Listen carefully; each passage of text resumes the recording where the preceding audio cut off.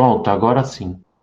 Bem, nas duas últimas aulas já apresentei o conceito de alguns tipos de reações. A reação, uma delas é a de substituição. Consiste em você substituir reagir um nucleófilo com um substrato contendo um carbono eletrofílico, né? O carbono eletrofílico é aquele carbono que tem uma ligação covalente polar com um átomo mais eletronegativo que ele. Então, essa ligação covalente polar faz com que o carbono tenha um caráter positivo, né? Então, a gente chama isso de carbono eletrofílico. Ele vai ser suscetível ao ataque de um nucleófilo, levando a um produto de substituição. Então, o nucleófilo aqui vai entrar no lugar do X, e o X é liberado, ele é expulso. Esse X menos aqui a gente costuma chamar de grupo de saída. A gente tem, apesar de ter vários tipos de substituição, a gente vai focar em dois tipos: a nucleofílica unimolecular, que consiste em, primeiro, em duas etapas, né? Então, a SNU é caracterizada por duas etapas. A primeira etapa consiste na saída do grupo de saída, né? É uma quebra da ligação carbono, da ligação covalente polar, onde o par de elétrons vai para o átomo mais eletronegativo. Então, forma um intermediário chamado carbocátion, certo? Carbocátion é justamente esse carinha aqui. E depois, numa segunda etapa, ocorre a adição do nucleófilo ao carbocátion, uma simples atração de cargas opostas, né? Espécie rica atacando espécie pobre. Por isso, preste sempre atenção na direção da seta, pessoal. A seta sempre parte da fonte de elétrons para aquele que está recebendo os elétrons, né? Então, a seta vai sempre nesse sentido aqui. E aí a gente tem o produto de substituição. A gente também tem a substituição nucleofílica bimolecular, onde a gente tem ao mesmo tempo o ataque do nucleófilo por trás do carbono que contém o grupo de saída. Então, o ataque e a quebra da ligação ocorre ao mesmo tempo. Isso, então, a gente só tem uma etapa só nessa reação, não tem formação de intermediário. E a gente também tem um produto de substituição. Depois dessas aulas, a gente vai ver um outro tipo de substituição, que é a substituição eletrofílica aromática. Envolve compostos aromáticos e envolve eletrófilos. Ao invés de nucleófilos que são ricos em elétrons, a gente vai utilizar reagentes com densidade de cargas positivas. Como é que eu sei experimentalmente se uma determinada reação que você está investigando vai por um mecanismo ou por outro? A gente pode determinar parâmetros cinéticos, medir a velocidade das reações. A partir das velocidades iniciais de reação, a gente pode estabelecer uma lei de velocidade, né, ou equações de velocidade. Na verdade, em TQ a gente chamava isso de lei de velocidade, que é uma relação entre velocidade inicial e a concentração do substrato no início da reação. Se a gente tiver uma equação de velocidade, onde a velocidade só depende do substrato, da concentração do substrato, significa que você está lidando com uma reação SN1. Se vocês voltarem um pouquinho aqui, a gente percebe que a primeira etapa aqui é uma etapa mais lenta, em termos cinéticos, e então a lei de velocidade vai ter a cara da etapa mais lenta, que é a primeira. E como essa primeira etapa só depende do substrato para acontecer, então a gente sabe que estamos lidando com uma reação de substituição nucleofílica unimolecular. Agora, se a equação da velocidade depende tanto do substrato e da concentração do nucleófilo para acontecer, significa, então, que a gente está lidando com uma reação do tipo SN2. Bem, a gente viu também os dois mecanismos em termos de coordenada de reação. Na SN1, a gente tem uma etapa mais lenta, por isso que esse morro é mais alto. Esse primeiro morro é mais alto para levar o intermediário, o carbocation. Olha o carbocation aqui. E a segunda etapa, como esse morro agora já é um pouquinho menor, é uma etapa mais rápida, que é a etapa de adição do nucleófilo. Aqui o nucleófilo que ele usou foi a molécula de água. Tá? Nesse caso aqui, só explicando um pouco mais, ele tem um segundo intermediário. Por que formou um segundo intermediário? Porque esse nucleófilo, na verdade, é um nucleófilo neutro. Então, existe a necessidade de mais uma etapa da gente desprotonar esse hidrogênio, tirar esse hidrogênio, né? Que eu sempre desenho errado essa saída do hidrogênio.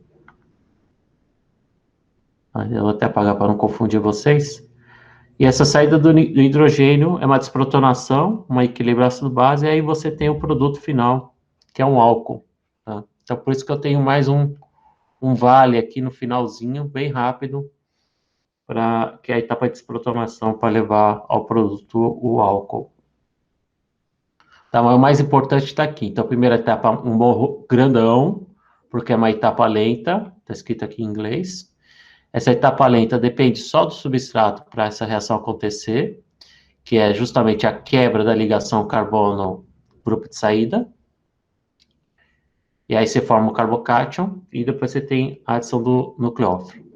No caso da SN2, a gente não tem a formação do intermediário, então a gente representa a curva da coordenada de reação como um simples morro, onde a gente tem aqui no topo desse morro o que a gente chama de estado de transição.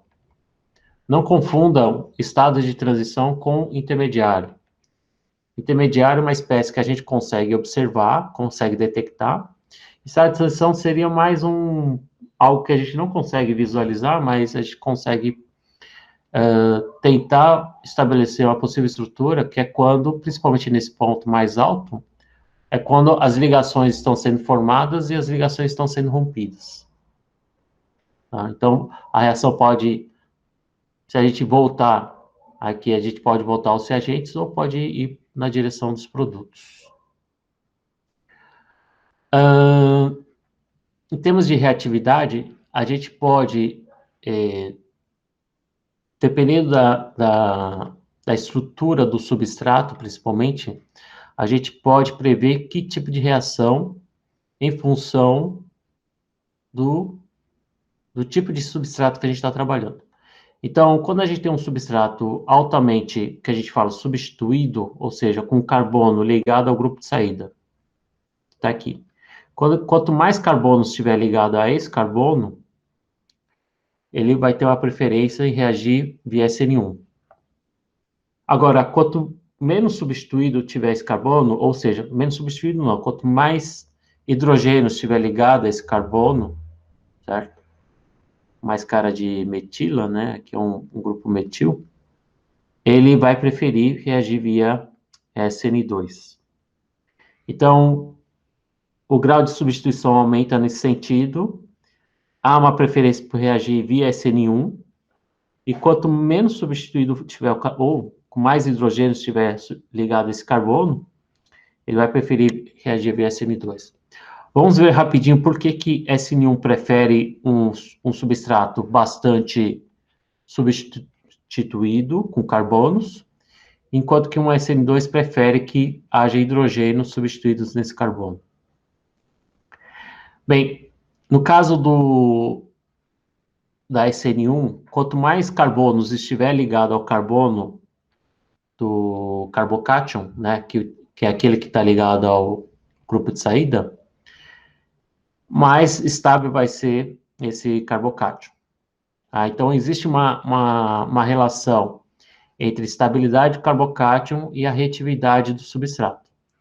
Então, se a gente pensar sempre que na primeira etapa da SN1 a gente tem uma saída do grupo de saída e a formação do carbocation, esses carbocations vão ter estabilidades diferentes.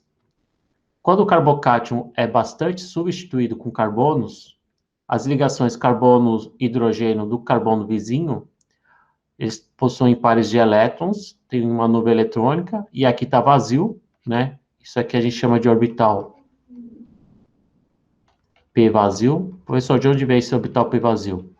Vem justamente da quebra aqui, da quebra da ligação carbono-grupo de saída, e quando você forma o carbocátion, né, é como se essa estrutura fosse uma estrutura planar, ele está fazendo 3 ligações, então ele tem uma hibridação parecida com sp2, né, e esse orbital P é um orbital que não tem elétrons, é um orbital vazio, que, que justamente ilustra essa carga positiva do carbocátion.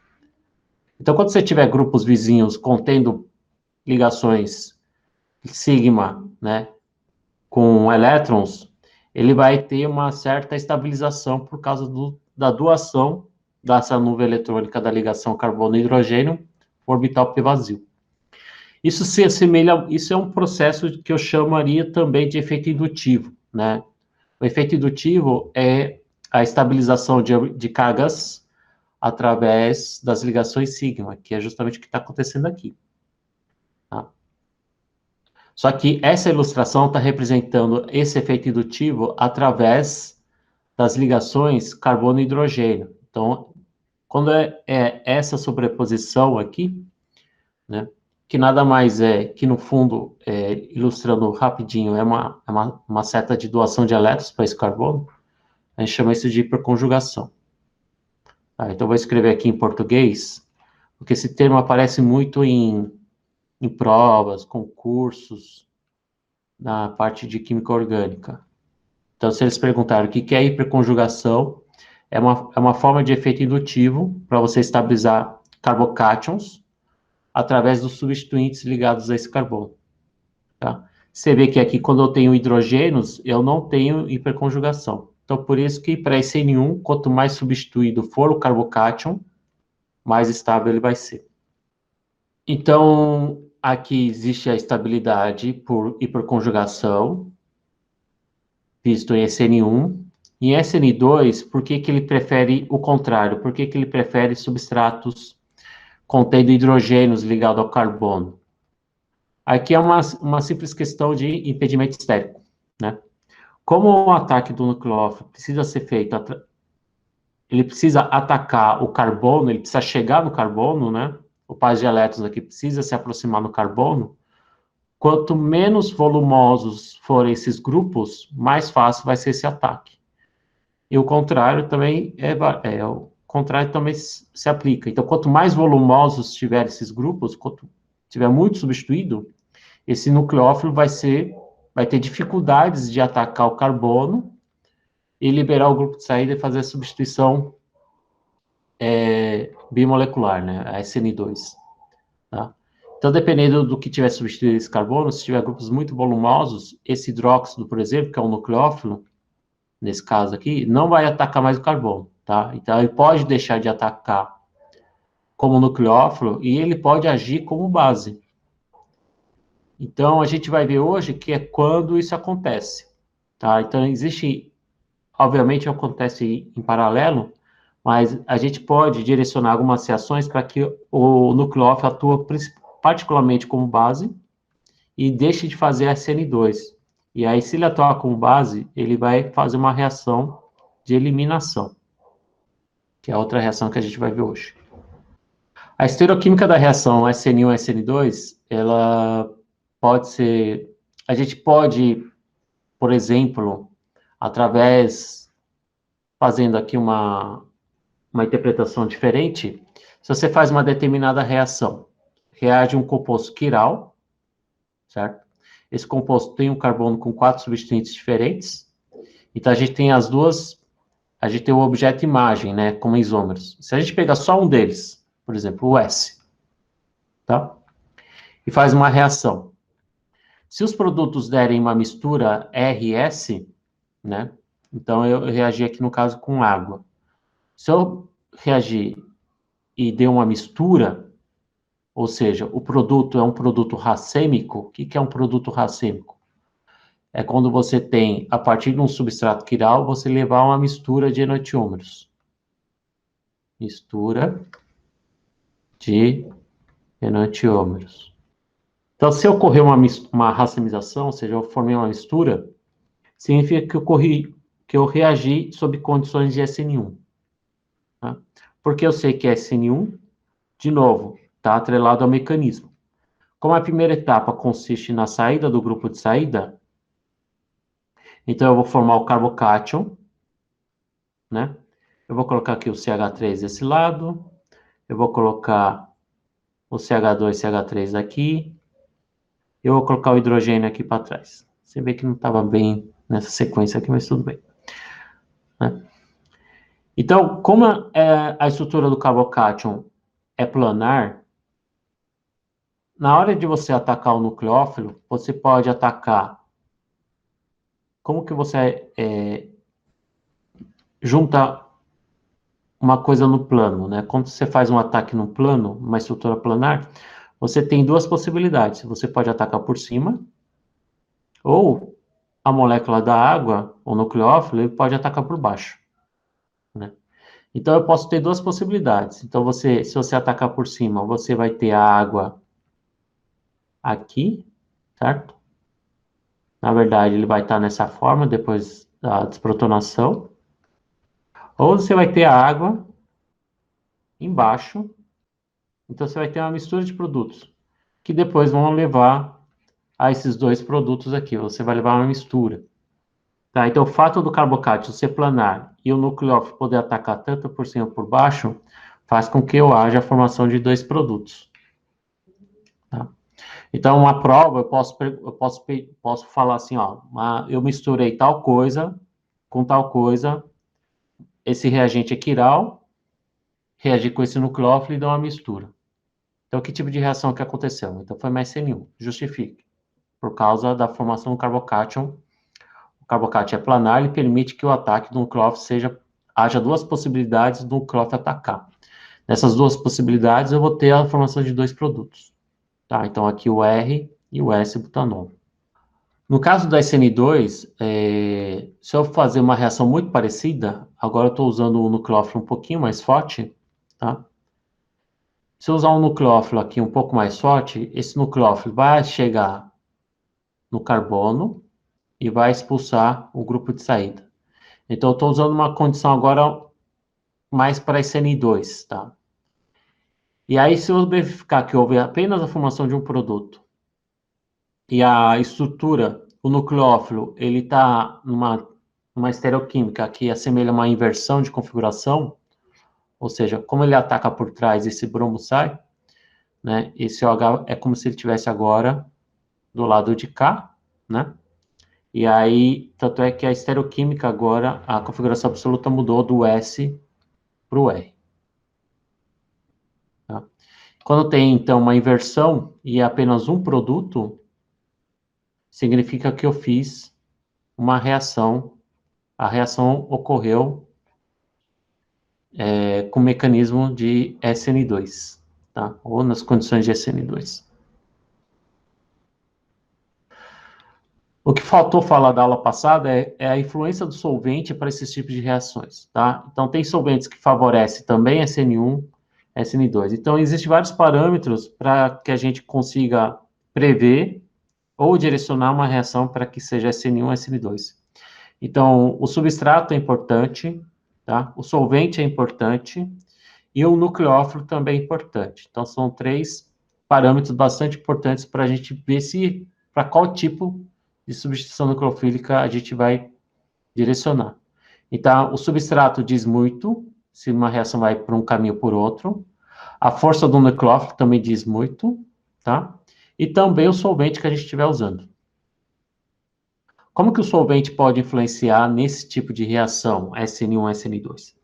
Se a gente olhar aqui os estágios de transição, tá? Isso aqui são uma forma de representar o estágio de transição é usar esses colchetes e usar esse símbolo aqui, que eu esqueci o nome dele. Tá? Os estágios de transição, mais SN1, por exemplo, você tem a tendência de criar cargas aqui, né? Então, como essa ligação tende a ser rompida, você vai acabar criando cargas, que é a formação do carbocátion. No caso aqui da SN2, o nucleófilo que já é possivelmente carregado, ele vai levar a formação do produto, o grupo de saída também carregado. Então, o balanço de carga aqui não vou levar a geração de cargas, como aqui na SN1. Então, tem uma certa diferença nesse ponto, tá? Em relação de interações entre íons e solvente. Então, no SN1, a gente cria cargas, por exemplo, nessa reação, tá? Pode ser que, dependendo do grupo de saída, pode ser que não crie cargas no grupo de saída, mas isso é outra coisa. Então, no SN1, quando você cria cargas, se você tiver um solvente que ajuda a estabilizar mais os produtos do que os reagentes, a gente vai ter uma reação mais favorecida, né? Quando você tem um solvente que estabilize cargas, que solvata bem cargas e não solvata moléculas neutras. Então, nesse caso aqui, essa reação vai ser favorecida quando eu tiver um solvente polar prótico. Por exemplo, a água, né? Metanol. Tá? O que é um solvente polar prótico? Um solvente prótico significa hidrogênio. É quando você tem, por exemplo, água, pode ser um álcool, né? O que mais pode ser? Tem outros tipos de solventes polares próticos que a gente poderia pensar aqui, mas o que vem na minha cabeça é água e álcoois. Então, como você cria cargas, ele vai ser estabilizado principalmente por interações íon-solvente. Então, cargas positivas vão ser interagidas com o oxigênio, né, da água, que é o polo negativo, e a parte negativa, que o bromento vai ser solvatado através das interações íon-dipolo, né, o dipolo aqui do hidrogênio. Pode ser que eu tenha reações de substituição nucleofílica onde esse X ele já é uma espécie carregada positivamente. Existem reações que isso acontece. Se eu tenho um X já positivo, quando você faz uma quebra aqui da SN1, a primeira etapa, o grupo de saída ele fica neutro, né? Então, aqui é esse caso aqui.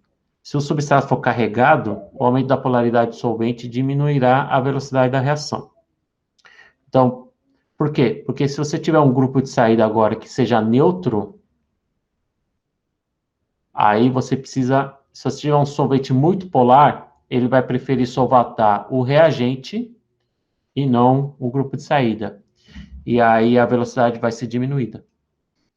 Mas esse é um detalhe bem específico na questão do solvente.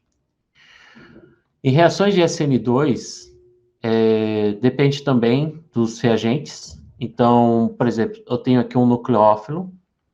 Essa primeira reação, pessoal, só fazendo parênteses, ela é um pouquinho difícil de ver, que é uma SN2, ó. Eu chutei que esse aqui é um nucleófilo porque ele está com um oxigênio negativo, certo? Só que esse substrato não tem cara disso aqui, né? Não tem cara de um carbono ligado a X. Eu estou vendo um enxofre com 3 ligações, tá? Então a gente tem que escolher um carbono aqui. Vamos escolher esse, tá? Esse seria o carbono eletrofílico. Deixa eu usar outra cor aqui para mostrar para vocês. E o grupo de saída, pessoal, é tudo isso aqui, ó. Tá, então, esse exemplo aqui que o livro pegou é bem difícil. Então, o que vai acontecer? Vai acontecer uma substituição nucleofílica bimolecular, né? O par de elétrons de oxigênio vai atacar o carbono. Aqui eu tenho uma ligação, carbono e enxofre. O par de elétrons vai ser estabilizado, vai estabilizar a carga positiva do enxofre. Então, aqui eu vou ter o CH3O ligado ao carbono em vermelho aqui. E esse aqui é por incrível que pareça, o grupo de saída. Então, o grupo de saída não precisa ser necessariamente halogênios. Pode ser grupos carregados positivamente, pode ser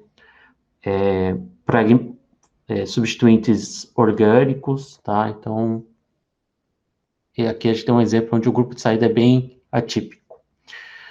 Mas o intuito aqui é mostrar que eu tenho reagentes carregados, reagentes com cargas, e eu tenho produtos sem carga, né, neutros. Então, se você pegar um solvente polar aprótico, que interaja pouco, né, ele precisa ser polar porque essas moléculas têm uma certa polaridade, né? Não precisa ser tão polar assim, mas Um solvente polar aprótico que não seja tão, que não faça ligações de hidrogênio, né? Que sejam menos polares, aqui já vai ser suficiente para aumentar a velocidade, tá? Se eu usar um solvente polar prótico, de novo, água, álcoois, né? Eles vão interagir muito com os reagentes, e aí a velocidade vai ser diminuída.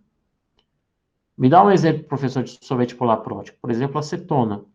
Tá? Acetona é um ótimo solvente polar aprótico. Dimetilsulfóxido, que é muito parecido com acetona, né, que tem o enxofre. Existe uma infinidade de solventes polares apróticos. Acetato de etila, tá? Que é bastante comum, e etc. Acetonitrila. Então, existem vários solventes orgânicos de clorometano, clorofórmio, tá? Existe uma infinidade de solventes que não necessariamente possuem prótons ligados a oxigênio ou um átomo bastante eletronegativo. Tá? E aqui no caso de baixo, a gente também tem uma reação de SN2. Aqui a gente precisa identificar quem que é o nucleófilo e quem que é o substrato, né? O substrato, óbvio, tem um carbono, então fica mais fácil de achar aqui. E aqui é o grupo de saída, né? E esse aqui é o nosso nucleófilo. Você vê que é um nucleófilo neutro, né? Então eu vou atacar o carbono, expulso o grupo de saída, e aí eu formo o que a gente chama de sal, né? Um par, quase que um sal mesmo, né? Que seria um par iônico aqui. Então esse produto aqui é um produto bem polar, então você vai precisar de um solvente bem polar para ajudar a essa reação acontecer. Então, um solvente que ajuda a estabilizar mais o produto vai ter a velocidade aumentada. Nesse caso aqui, como eu tenho um produto bastante carregado, um solvente polar prótico já vai ajudar bastante. Então, de novo, água, álcoois vão ser solventes bastante interessantes para ajudar a formar esse produto aqui. Tudo bem? Acho que eu estou falando, parece que eu estou fazendo um monólogo aqui, falando sozinho, mas eu acho que vocês estão acompanhando, né? Então, ainda naquela parte de reatividade dos reagentes, vai ter uma certa classe de compostos que a gente vai ficar em dúvida se vai reagir só olhando para o substrato, se vai ser SN1 ou SN2. A gente viu lá atrás que, no caso que é SN2, substratos bastante substituídos com hidrogênio preferem SN2, né, por causa do impedimento estérico. A gente sabe que substratos bastante substituídos vão preferir SN1, né? Então, aqui a gente tem carbono com 3 ligações ao carbono. Agora vai ter o meio termo, que é justamente os casos em que o carbono está ligado a 2 outros carbonos, ou um carbono ligado a um aromático, que aí muda bastante, apesar de ele ser parecido com isso, ele está ligado a um aromático, né? A gente chama isso de carbono benzílico. Tá? Ele tem uma reatividade bem diferente. Então, é o benzílico aqui, benzílico aqui. E esse aqui é o famoso, não, é o grupo que a gente chama alílico. O carbono, esse grupo todo aqui a gente chama de alil, né? Tanto aqui como aqui. Então, nessa classe de compostos específica aqui, a gente precisa dar uma certa atenção para a gente saber se realmente vai acontecer essa reação ou essa com esses substratos. Tá? Então, com esses substratos, o que a gente precisa ver? A gente vai ter que ver o nucleófilo. Então, para esses substratos, SN2 vai ser favorecido quando tiver um nucleófilo forte. Bom nucleófilo, diria mais, o jeito mais correto é dizer um nucleófilo mais forte. E essa reação vai ser favorecida para SN1 quando eu tiver um nucleófilo mais fraco, mais que eu escrevi aqui como pobre. E aí resta a gente discriminar, batendo o olho na equação, se a gente está usando um nucleófilo forte ou um nucleófilo fraco. Tá? Então, quando a gente vocês estão lidando com esse tipo de reagente e vai fazer uma reação de substituição, A força do nucleófilo é que vai determinar para vocês se a reação vai ser para SN2 ou para SN1. Então, como que a gente consegue classificar um bom nucleófilo ou um nucleófilo forte? Vocês vão perceber que isso se assemelha muito à teoria ácido-base, pessoal. Tá? Porque nucleofilicidade e basicidade, eles caminham muito juntas em determinadas situações, tá? Nucleofilicidade e basicidade, eles têm características muito parecidas. Professor, quando que eu sei que é nucleófilo, quando que eu sei que é base? Base, se você considerar base um conceito mais cru possível, base gosta de H+. Pronto. E nucleófilo, o nucleófilo gosta de eletrófilo. E eletrófilo pode ser qualquer coisa que tenha uma densidade de carga positiva. Carbonos positivos, tá? Principalmente. Como essa química de química orgânica, então, geralmente prefere carbonos com densidade de carga positiva, tá? Mas o que faz um nucleófilo ser bom ou forte, ele vai depender desses vários fatores, tá? Vamos analisar primeiro esse primeiro fator, que é o fator de carga. Então, entre um íon tóxico e o metanol, tá? Ambos têm pares de elétrons, né? Então, eles são ricos em elétrons no oxigênio, e eles são nucleófilos, os dois. Só que um deles é mais forte, ou um bom nucleófilo. Tá? O nucleófilo melhor aqui é justamente o metóxido, que é aquele que contém uma carga negativa. Então, nucleófilos negativos, carga negativa, geralmente são mais fortes do que nucleófilo neutro. Isso é um pouco intuitivo, né? A gente percebe que essa espécie aqui é mais instável, porque tem carga, certo? Então vai ser mais reativo. Se vai ser mais reativo, significa que ele vai ser um nucleófilo mais forte. Então depende da basicidade do nucleófilo. Não sei se vocês estão lembrados da teoria ácido-base. Quando a gente analisa aqui flúor, oxigênio e nitrogênio, eles estão no mesmo período da tabela, né? E a gente fez um exercício aqui, quando a gente analisou a estabilidade da base conjugada. Fluoreto, hidroxila e esse NH2- que a gente chama de amideto, né? E a gente viu que a estabilidade desses carinhas aqui segue o princípio de eletronegatividade. Então, por isso que o pilar da eletronegatividade é tão importante aqui. A gente tem que sempre recorrer à eletronegatividade de vez em quando. Então, como o flúor é mais eletronegativo, esse aqui é mais estável que a hidroxila, que é mais estável que o H2N, certo? O que significa ser estável? Significa ser pouco reativo. Então, pensando ao contrário, esse aqui vai ser mais reativo. Ele é mais reativo, então ele vai ser o mais básico de todos, tá? Então, nesse exemplo que eu peguei aqui, o amideto é mais básico. Então, se ele é mais básico, ele vai ser mais nucleofílico. E também temos a questão da polarizabilidade. Isso isso tem muita relação com o tamanho do nucleófilo. Tá? Vamos ver no outro slide aqui se eu tenho. Ah, apareceu aqui. Então, o que é polarizabilidade? Vamos pegar dois ânions, dois nucleófilos aqui. Eu acho que esse aqui pode ser o iodeto.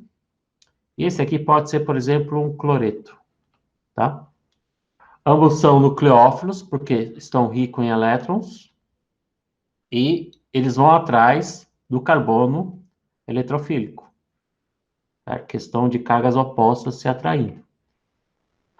Como o cloreto é menor em termos de tamanho e o iodeto é maior em termos de tamanho, essa nuvem eletrônica aqui, visivelmente a gente vê que é bem maior que o do cloreto, né? Essa nuvem eletrônica maior, ela consegue, à medida que isso aqui, na verdade, é o estágio de transição dos dois, tá? Então, ele não precisa estar tão perto assim para a gente conseguir estabelecer o estado de transição para a reação acontecer, né? Como essa nuvem eletrônica é grande, a aproximação do orbital antiligante aqui do carbono vai ser facilitada, né? E essa nuvem, ela consegue meio que, como ela é grande, ela consegue se aproximar mais fácil do orbital antiligante. E como que eu diria o termo certo para isso? Essa facilidade da nuvem meio que se deformar, mas chegar mais fácil no orbital antiligante aqui do carbono, a gente chama isso de polarizabilidade. A polarizabilidade é uma consequência da questão do tamanho do nucleófilo. Tá? Então, por isso que iodetos é conhecido como um ótimo nucleófilo, tá? Mais forte do que cloreto, menor, nucleófilo, mais fraco. Mas não deixa de ser um nucleófilo, tá? Então, a polarizabilidade é a facilidade como essa nuvem eletrônica é bastante grande, né? O estado de transição vai ser atingido muito mais fácil, porque essa nuvem se deforma e consegue interagir facilmente, sobrepor facilmente com o orbital antiligante aqui do carbono eletrofílico. E essa ligação vai ser desfeita e essa ligação vai formar essa ligação mais fácil e vai ser desfeita a ligação carbono grupo de saída. Então a gente já viu o que faz o ser um bom nucleófilo. Espécies carregadas são mais nucleofílicas, espécies mais básicas são mais nucleofílicas, nucleófilos maiores são mais nucleofílicos, e isso vai depender muito, né? A questão da polarizabilidade vai depender muito do solvente que você está trabalhando, tá? Então, esses fatores C e D, eles caminham juntos. A gente vai ver isso, tá?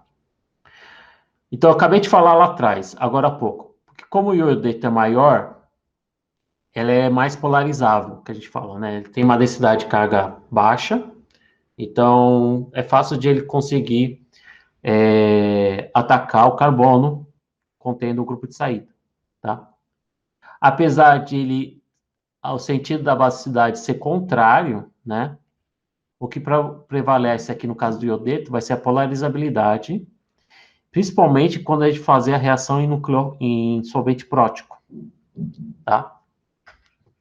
Por que isso? Professor, já não estou entendendo mais nada. Então, iodeto é grande, fluoreto é pequeno, né? Como o iodeto é grande, ele vai chegar mais fácil no carbono.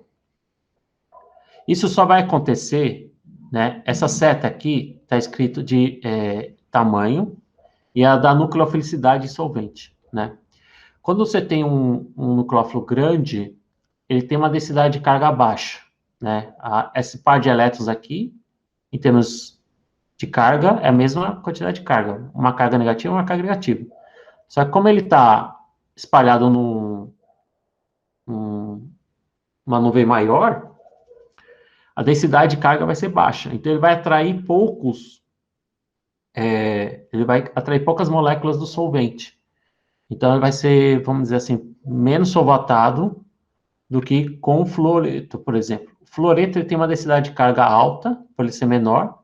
Isso vai fazer com que ele atraia mais moléculas do solvente, né? Aqui a gente tem o dipolo aqui da água, ele vai ser atraído por uma interação que a gente chama de íon, que é do fluoreto, dipolo da água, né?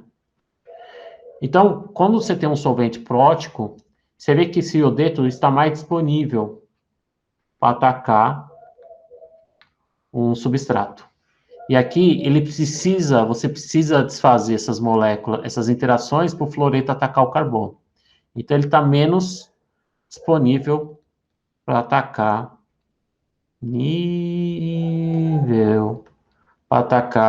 o carbono, tá? Então por isso que o iodeto é mais nucleofílico nessa situação aqui, quando eu tenho solventes polares próticos, ele vai solvatar menos e vai estar mais disponível, então, para atacar. Certo? Só que quando você tira, vamos supor que você vai fazer uma SN2 agora sem solvente. Então, quando você faz uma reação em fase gasosa, o critério que a gente utiliza é basicidade, tá? Por quê? Porque agora eu não tenho essa solvatação, né? Os íons estão livres, e aí, como esse aqui é mais básico, ele vai ser mais nucleofílico. Então, felicidade, né? Eu tô falando nucleofelicidade. Nucleofelicidade vai ser crescente, vai caminhar junto com basicidade no estado gasoso. E o último critério para definir um bom e um nucleófilo bom, um nucleófilo ruim, é o efeito estérico do próprio nucleófilo. A gente viu lá atrás que substratos muito impedidos preferem SN1 e substratos pouco impedidos estericamente preferem SN2. Só que o nucleófilo também pode ter, a gente pode ter nucleófilos com bastante grupos volumosos e nucleófilos pouco impedidos, que a gente costuma dizer, tá? Deixa eu ver se eu tenho aqui um exemplo. Vamos pegar um nucleófilo aqui, que a gente viu agora há pouco, que é o metóxido, que é esse aqui, tá? É justamente essa estrutura aqui. Ele é um nucleófilo forte, relativamente considerado forte, né? Agora, existe um outro nucleófilo que é muito parecido com ele, com oxigênio. Vamos pegar agora o terquibutóxido. Agora eu tenho 3 grupos metila, ao invés de 3 hidrogênios. A gente chama isso de T-butóxido. E esse aqui é o metóxido. Como ele tem esses grupos bastante volumosos, quando você for fazer uma reação, vamos pegar um substrato o mais desimpedido possível para fazer uma SN2. Tá, vou pegar aqui um iodo metano. Tá? Esse aqui chega muito mais fácil ao carbono do que esse aqui, por causa desses grupos volumosos aqui. Então, esse nucleófilo, apesar de ter uma carga negativa, ele não é um bom nucleófilo por causa do próprio efeito estérico desses grupos aqui. Esses grupos volumosos vão interferir na chegada desse par de elétrons aqui no carbono. Enquanto que esse aqui eu tenho só hidrogênios, vai chegar bem mais fácil aqui para atacar o substrato. Ok? Então, o efeito estérico não acontece só no substrato, mas também pode acontecer também no nucleófilo. E aí, como ele não consegue chegar no carbono, esse é o lance da gente mudar a chave aqui. Ele não é um bom nucleófilo, mas ele pode ser uma boa base, né? Porque essa carga negativa aqui, ele é localizada e está sedento por um hidrogênio. Então, ao invés de atacar o carbono, ele pode preferir atacar o hidrogênio. Nesse caso aqui, ele não vai atacar esse hidrogênio, porque esse hidrogênio não é tão ácido assim, tá? Mas ele pode agir como base nesse caso. E aí, a gente está entrando já no próximo tópico, que é a eliminação, que é a próxima reação. Esse metóxido, ele é um ótimo nucleófilo, mas se você tiver um substrato muito impedido, também pode, além de atuar como nucleófilo, também pode virar base, dependendo do substrato que você estiver usando. Se o substrato não permite que ele ataque no carbono, aí ele muda a chave, ele acaba preferindo atuando como base, e base gosta de H+, que é mais fácil de você conseguir abstrair do que atacar um carbono. Pessoal, para eu não ficar muito nesses desenhos aqui, eu vou sugerir para você escanear esse QR Code e entrar nesse site que é o QuemTube 3D. Eu vou interromper aqui rapidinho e mudar de... Deixa eu ver se está aberto aqui. Tá, então vocês vão visualizar, vão ter algo mais ou menos parecido com isso. Esse site aqui é bastante interessante porque ele colocou todos esses conceitos que a gente está vendo aqui no papel, né, nos slides, em forma de SMOL, que são as estruturas tridimensionais que a gente viu lá atrás. Tá? Então, a gente, de novo, vai usar esse JavaScript aqui para a gente visualizar algumas reações de uma forma um pouquinho diferente do que só olhando tracinhos e letras, né? Então, nesse site, a gente vai focar só nas reações orgânicas, que é aqui, e a gente tem vários conceitos aqui da química orgânica que pode ser usados, alguns conceitos mais voltados à pós-graduação, né? E outros conceitos que a gente pode aproveitar aqui no curso de FRO. Por exemplo, aqui, ó. Eu estou em substituição nucleofílica, e aí você tem uma série de opções aqui para a gente observar, visualizar essas reações no JSMOL. Nessa página aqui está o QR Code, ele só tem uma página introdutória para a gente explicar, que ele fala como que a gente utiliza o JSMOL, tá? Então, na coluna aqui do texto vai ter uma equação química, e aí a gente vai precisar clicar na estrutura para a gente observar. Opa, eu acho que não está funcionando. Deixa eu dar um F5. Você vê que tem um botão aqui. Então, criando no botão do reagente, ele vai mostrar as setas, tá? Uma seta tridimensional, uma coisa que eu nunca vi, mas aqui ele fez essa gambiarra aqui, né, para representar as setas. E aí, se você clicar na seta, ele vai mostrar o mecanismo, né, a reação acontecendo. E aí, se você clicar aqui no produto, vai mostrar o produto, que é justamente esse aqui que a gente está vendo, tá? Então, vamos juntos aqui analisar as reações. Vamos pegar as duas reações que a gente viu hoje até agora, SN1 e SN2. Aqui ele tem o mesmo substrato e a gente vai reagir de duas formas, tanto via SN1 como via SN2. Então, aqui está o substrato. Esse substrato tem um aromático, só que ele colocou só em linha para não ficar muito poluído, tá? Então, ele mostra, está destacando o carbono contendo o grupo de saída, que é esse carbono CH2Cl. Então, se a gente clicar aqui, vamos analisar a primeira reação de SN1. Então, clicando aqui no quadrado, ele vai mostrar a seta do grupo de saída, essa seta em amarelo aqui, parece um alfinete, é a seta indicando a perda do grupo de saída. Ele não saiu ainda, né? Então, a gente precisa clicar agora na seta. E aí, pum, quebrou, formei o carbocátion, né? Então, agora eu tenho o carbocátion formado. Próxima etapa é o ataque do nucleófilo. Esse nucleófilo é um nucleófilo grandão, é um enxofre menos ligado a um aromático. E aí a segunda etapa é o ataque do nucleófilo ao carbocátion. Então vamos ver como que é esse ataque. Ele vai chegar perto, formou a ligação, e agora tem a estrutura do produto aqui, tá? Vamos ver como que é agora SN2. Então, aqui eu já tenho a representação do mecanismo da SN2, ao mesmo tempo que ataca o grupo, o nucleófilo, expulsa o grupo de saída, tá?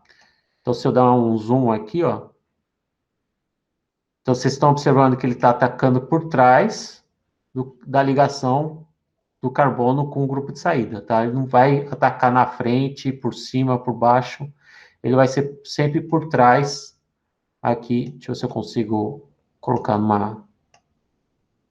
Aqui, tá? Então, ele está atacando por trás do carbono contendo o grupo de saída. Então, vamos visualizar a reação. Eu também tenho o mesmo produto aqui no final, tá? Quem tiver interesse, pessoal, vocês podem clicar aqui, que é a representação desses mecanismos através dos orbitais moleculares. Então, aqui é SN1, etapa 1. Né? A gente vai ver como que ficam os orbitais quando você forma o carbocátion. Vai travar, pelo jeito. Travou. Ah, não, deu certo, tá? Então, aqui está mostrando eu sei que está uma zona aqui, mas aqui está o aromático, né? E aqui essa é a primeira etapa aqui. Esse aqui é o átomo de cloro, virando cloreto, certo? E aqui o carbocátion sendo formado, tá? E você vê que a nuvem eletrônica aqui do aromático, ele vai na direção do carbocátion, porque o carbocátion está para ilustrar a estabilização da carga positiva por ressonância. Tá? Então aqui é a nuvem eletrônica do... Aqui tem elétrons π, né, envolvidos, e isso vai ajudar a estabilizar o carbocátion. Tá? Mas é para quem tiver mais interesse. Esse tipo de coisa eu acho que já foge um pouco no momento, no escopo aqui de FRO. Agora vamos ver outro tipo de substituição. Vamos ver a estabilidade e a estrutura dos carbocátions. Está relacionado a SN1, né? Então, o que eu tenho aqui, o cátion metílico, o CH3. Você vê que é uma estrutura... O que ele quer mostrar aqui? Que é uma estrutura planar, né? E eu vou colocar o orbital P vazio dele. Tá aqui, ó. Parece que ele enfiou uma coxinha e uma beterraba aqui, né? Mas é o orbital P vazio. Agora vamos pegar o outro carbocátion, vamos pegar o terc-butil, que eu coloquei agora, que apareceu lá nos slides. Está aqui o terc-butil. Eu vou colocar o orbital P de novo, vazio, né? E se vocês observarem aqui, essas ligações carbono e hidrogênio, eles estão meio que a gente costuma dizer, eclipsando com o orbital P, né? Então, ó, se eu olhar de assim, ó, ele está eclipsando com o orbital P vazio, né? Então, o que vai acontecer? Os orbitais sigma da ligação carbono-hidrogênio do carbono vizinho, eles vão estabilizar o orbital P vazio. Então, esses tracinhos em amarelo é para representar que o par de elétrons aqui está ajudando a estabilizar essa carga negativa, que eu considero como um efeito indutivo, né? Uma estabilização através das ligações sigma. Ao invés de usar a setinha de cá para cá, ele está indo direto para cá. Tá? Então, eu sugiro que vocês fiquem mexendo bastante a estrutura, verifiquem bem a geometria, tá? E interaja. Eu não sei se tem mais coisas aqui que a gente pode ver. Aqui tem outros mecanismos que a gente não está acostumado a ver, né? A gente não vai ver, na verdade. Vamos ver aqui a inversão de configuração e depois a gente segue adiante. Tá? A gente vai ver aqui, ó, a inversão de configuração. Tá? Essa equação aqui está ilustrando uma mudança da configuração desse carbono aqui. Então, eu tenho o ataque do SH- agora, atacando esse carbono aqui. Então, vamos clicar aqui para ver as setas. Tá?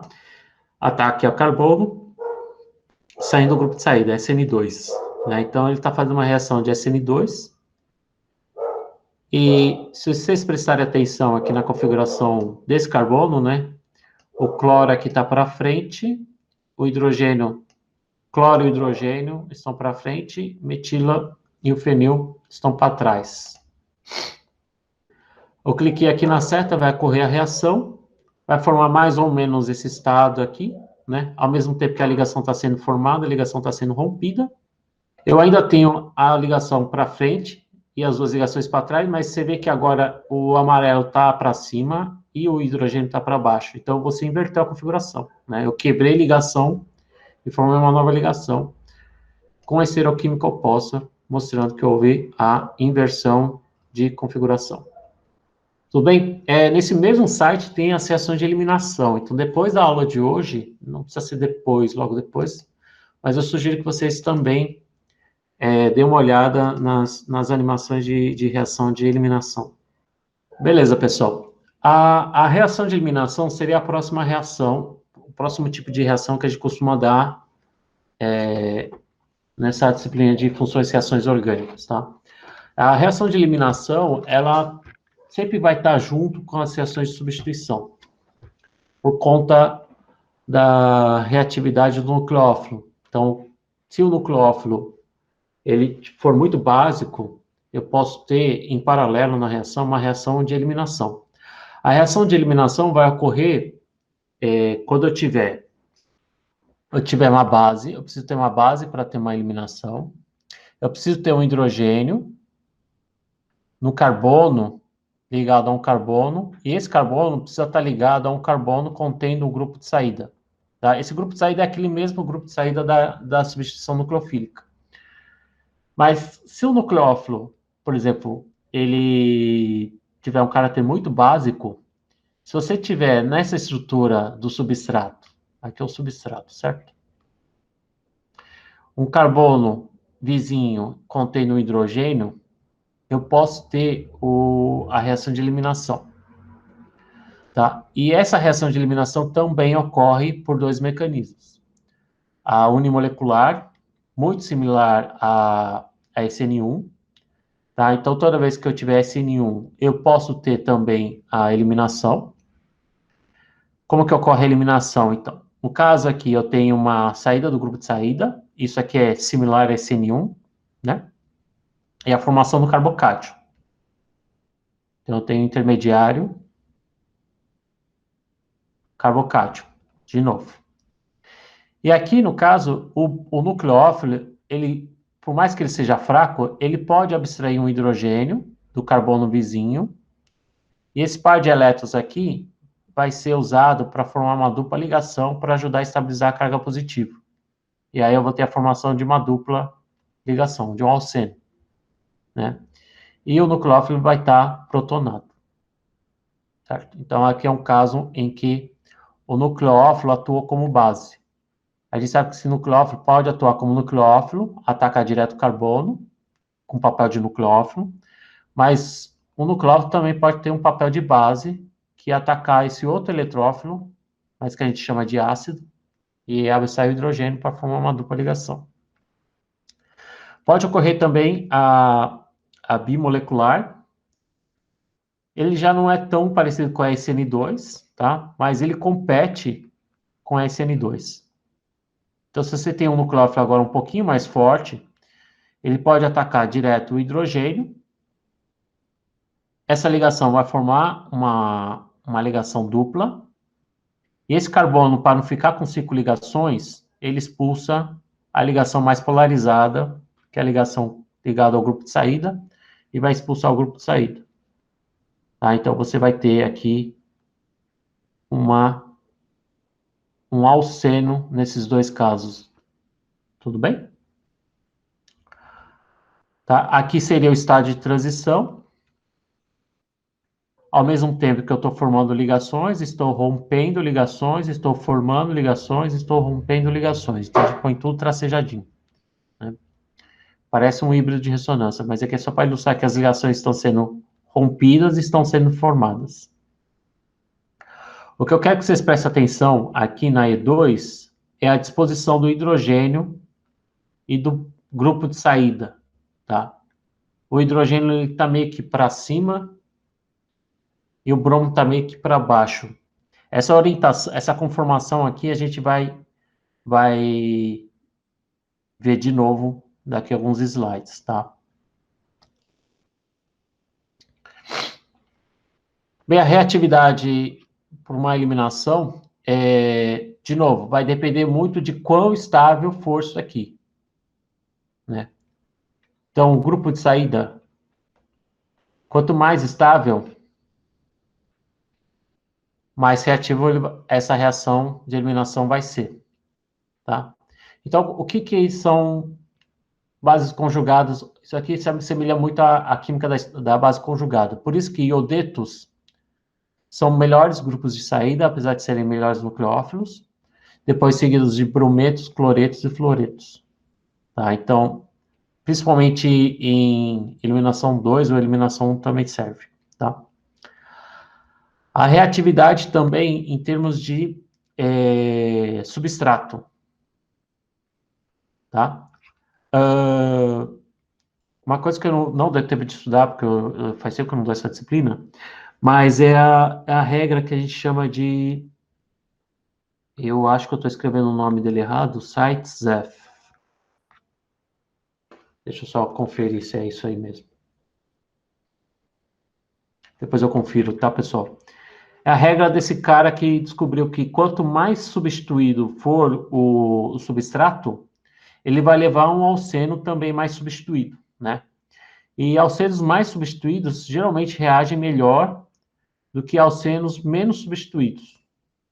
Então, se você tiver um produto levando a formação de alceno menos substituído, como nesse caso aqui, ele só tem um R e o resto é só hidrogênio, ele vai ter uma reatividade menor. Então, esse aleto, né, esse substrato vai reagir, mas vai ser menos reativo do que um substrato com bastante grupos R, tá? Então, aqui ele vai formar, aí entra na regra de Seitzer. Então, quanto mais substituído for o alceno, né? Então, ele tem 4 substituintes aqui. Quanto mais R's ou menos hidrogênios tiver, mais estável vai ser esse alceno. Significa que ele vai vir de um substrato mais reativo. Tá? Eu estou tacando na cara de vocês essa regra aqui, mas eu vou ver na próxima aula de onde veio isso. Tá? Isso, se não me engano, porque isso para E2 e para E1 se aplica. Agora, para explicar para E2, eu não lembro direito, aqui eu preciso dar uma relida nos livros aqui. Tá? Para E1 também é quase muito parecido, tá? A reatividade em relação ao grupo de saída segue essa ordem. Então, iodetos são mais reativos, tá? Porque eles são mais estáveis na forma de iodeto, né? E em relação ao substrato, vai seguir a questão da estabilidade de carbocátions, né? Então, como a primeira etapa da E1 envolve a formação do carbocátion, quanto mais carbonos estiverem ligados ao carbocátion, mais estável ele vai ser por hiperconjugação, né? Então, quanto mais substituto tiver o carbono ligado ao grupo de saída, mais reativo vai ser. Então, é muito similar a SN1, tá? O mais interessante da eliminação é principalmente na eliminação 2, que é a questão da esteroquímica. Tá? E aí vai bugar, já, acho que a cabeça de vocês já está cansada, mas eu já vou parar daqui a pouco. Só tem mais alguns slides aqui. Quando você faz uma E2, que é aquele mecanismo onde a base abstrai o hidrogênio, forma a dupla e expulsa o grupo de saída, você vê que esse mecanismo aqui parece uma escadinha, né? Por que é uma escadinha? Porque o hidrogênio está aqui apontando numa direção contrária ao grupo de saída, tá? Essa conformação aqui, ó, se você colocar olhar aqui na ligação carbono-carbono, né? Aqui é um olho, tá? Você vai ter essa projeção de Newman aqui. O hidrogênio está aqui apontando e o grupo de saída está aqui para baixo. Lembra como se chamava essa conformação? A gente chamava essa conformação de anti. Tá? E a eliminação só vai acontecer quando os substituintes estiverem o que a gente chama de antiperiplanar, tá? Ou só anti, que é nessa conformação aqui. Tá? Então, eu tenho que estar o hidrogênio em sentido contrário ao grupo de saída. Tá? Isso é um requisito para essa reação de E2 acontecer. Outra questão bastante relacionada à estereoquímica é a questão da regioseletividade da eliminação. O que é regioseletividade? Vamos pegar esse exemplo aqui e destrinchar. Eu tenho 2 brombetano e vou fazer uma E2. Tá? Aqui está uma base, certo? E vou levar os produtos de eliminação. Para facilitar aqui a visualização, vamos desenhar isso aqui na forma de linhas de ligação. E tenho CH3, CH2, tenho 1, 2, 3, 4, 5. C, 1, 2, 3, 4, 5. E aqui eu tenho um bromo, né? Tá? Olhem de novo aqui o mecanismo geral da eliminação. O que eu preciso ter para que ocorra a eliminação? Eu preciso identificar o carbono, onde está ligado o grupo de saída. Vou explicar. Desculpa. Então, vamos colocar em verde aqui, ó. Vamos identificar esse carbono onde está o grupo de saída. Está aqui, ó. Certo? Olha o grupo de saída aqui. Eu preciso identificar um carbono vizinho ao grupo de saída que contenha o hidrogênio. Eu tenho aqui, ó, 2 carbonos vizinhos. Porque eu tenho hidrogênio aqui e eu tenho hidrogênio aqui. Eu tenho 2 aqui e 3 aqui. Certo? Como eu tenho 2 carbonos vizinhos, eu posso ter 2 produtos de eliminação. Tirando desse daqui, tirando esse hidrogênio, ou tirando esse outro hidrogênio. Vamos chamar esse aqui de 1 e esse de 2, tá? Tanto faz tirar um dos 3, né? Vai tirar vai eliminar da mesma maneira. E aqui também. Então, se eu eliminar em 1, qual é o produto que eu vou ter? Então, eu vou desenhar essa parte, certo? Só que eu vou formar uma dupla aqui, ó. Então, eu vou formar uma dupla assim. Agora, se eu eliminar em 2, com hidrogênio aqui no carbono do meio, eu vou ter... E aí eu pergunto para vocês, qual que vai ser mais... Qual que vai ser... Existe uma preferência? Vai ser 50%? Esse vai ser formado mais que esse? Qual dos dois vai ser mais formado, pessoal? Deixa eu dar uma Talvez pergunta. pela ponta? Ou da O da... ponta, já que, tipo, no conceito ali onde tem que ter um hidrogênio periplanar ao bromo, Ah, ou da mas ponta. os dois vão ter, viu, Matheus? Ah, tudo bem. Porque lembra que isso aqui gira? Então vai Sim, chegar sim. uma hora que ele vai chegar nessa conformação, e aí eu vou ter o antiperiplanar tanto nesse como nesse. Então não tem uma facilidade para antiperiplanaridade, né? É, os dois têm a mesma facilidade para atingir a conformação antiperiplanar. Então não consigo Agora a imaginar. questão é olhar o produto, tá? Eu falei no slide anterior que quanto mais substituído ao seno, mais estável ele é. Então, como esse aqui só tem um substituinte aqui, ó, um carbono ligado na dupla, e esse aqui eu tenho 2, né? Então, esse aqui vai ser mais formado.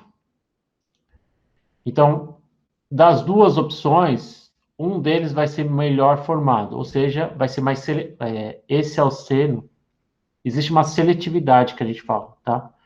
Toda vez que tiver um termo seletividade, ele vai sempre estar relacionado à possibilidade de formar mais de um e um ser mais formado que o outro. Então, nesse caso aqui, é uma questão de regioseletividade. A eliminação vai ocorrer mais nesses 2 hidrogênios aqui, nesse carbono, porque vai levar um alceno mais substituído. Então, quando você tem regiões diferentes para acontecer a mesma reação, a gente chama isso de regioseletividade, tá? Então, do slide anterior que eu falei bem rápido, que é a questão da estabilidade do alceno, esse aqui vai ser mais formado. Existe também, como eu formo duplas ligações, existe aquela estereoquímica cis-trans de duplas, ou Z ou E. Então, usando esse mesmo produto aqui, na verdade, eu posso formar esse ou esse, que são justamente esses dois aqui, tá? Então, na verdade, são 3 produtos. Então, eu formo esse alceno, formo esse alceno e formo esse alceno aqui, tá? Esses dois em relação a esse formam mais. Agora, entre o Z e o E, quem vai ser mais formado? Alguém tem alguma sugestão? Batendo o olho, pessoal, nas estruturas, qual que você acha que vai ser mais formado? O Z? Eu acho que é o E por causa da geometria das moléculas. Isso, Do espaço que elas vão ocupar, né? Vai isso, evitar isso. delas se chocarem como no Z, né? Exatamente, o Aleph acertou aqui. Então, como esses dois grupos são volumosos, vai ter um pouco de impedimento estérico. O impedimento estérico vai aparecer sempre quando você não tem mais nenhuma outra opção de desculpa, de explicação, tenta observar impedimento estérico. Tá? O impedimento estérico apareceu aqui de novo para justificar por que esse vai ser mais formado em relação ao outro. Então, eu tenho das duas opções, 2 isômeros possíveis, 2 estereoisômeros possíveis, um vai ser mais formado que o outro, então é uma questão de seletividade Que tipo de seletividade? Estereoseletividade.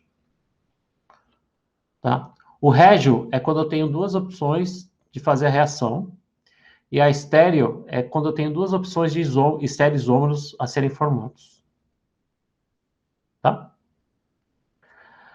E essa conformação anti que eu falei, né, o antiperiplanar, ela existe em compostos cíclicos, né? Então, quando você faz uma eliminação em composto cíclico, você precisa procurar sempre um hidrogênio que tiver trans ao grupo de saída, certo? Porque é nessa situação trans que vou ter o sistema anti e aí a eliminação vai acontecer, tá? Nos anéis de 6 também você consegue observar essa conformação trans, né, ou antiperiplanar, né? Só que quando que isso vai acontecer?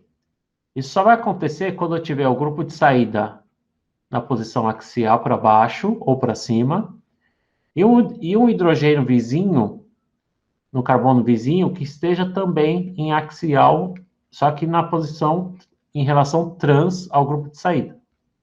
Então, por exemplo, se aqui for um H também, ele pode eliminar por aqui. Certo? Então, no carbono vizinho ao grupo de saída, eu preciso ter um hidrogênio. Vamos supor que aqui seja um OH, por exemplo. Tá? Então, ele vai preferir eliminar só aqui. Então, por isso que desenhar a estrutura cadeira é importante para a gente prever onde que vai acontecer a eliminação. Tá? Se isso aqui não fosse um hidrogênio, fosse, sei lá, um oxigênio, um OH, sei lá, um grupo diferente de hidrogênio, tá? Você vê que aqui ele está em trans com o X e você não vai conseguir formar a dupla nesse lado. Mas se você tiver nesse aqui, aí a dupla vai ser formada aqui. Tá? Então, precisa ter essas noções de conformação cadeira, axial, equatorial. Vai ser usado principalmente para a gente prever a estereoquímica das reações. Tá? Estereoquímica não é só analisar a estrutura, a gente precisa analisar a reatividade também. Tá? Então, por exemplo, eu posso dar um exercício em que eu mostro o X em equatorial. Se o X estiver na posição equatorial, que são essas aqui, não vai acontecer eliminação. Tá? Para acontecer eliminação, o grupo de saída ele precisa estar na forma, na posição axial. Né? E por que na equatorial não dá? Porque não vou ter nenhum hidrogênio antiperiplanar para fazer a eliminação, que é o quesito principal para eu conseguir fazer a eliminação. Né?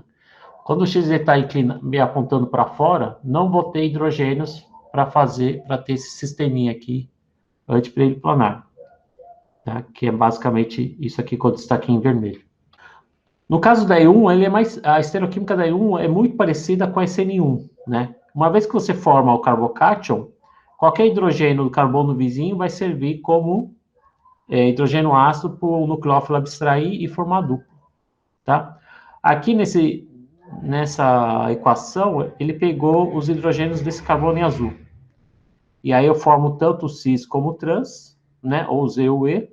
E aqui a gente sabe, por causa do impedimento estérico, o E é formado preferencialmente.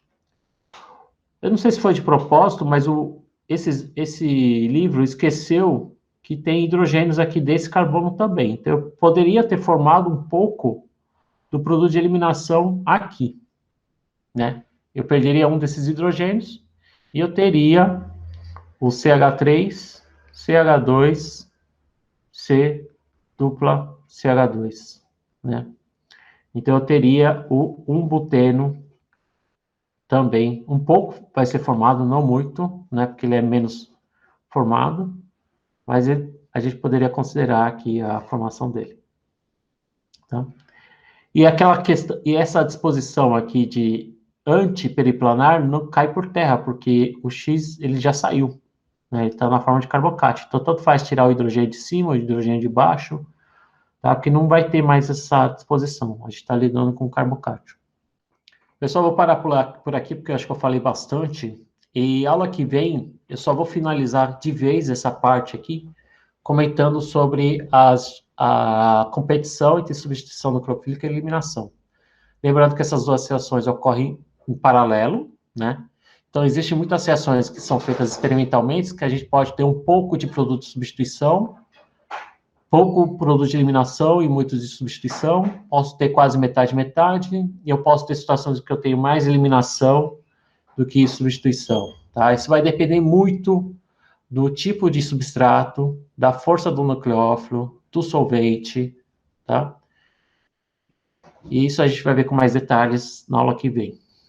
Dúvidas, pessoal? Acho que vocês ficaram bem quietinhos, mas eu não sei se é porque vocês estão cansados. Acho que é mais porque vocês estão cansados, né?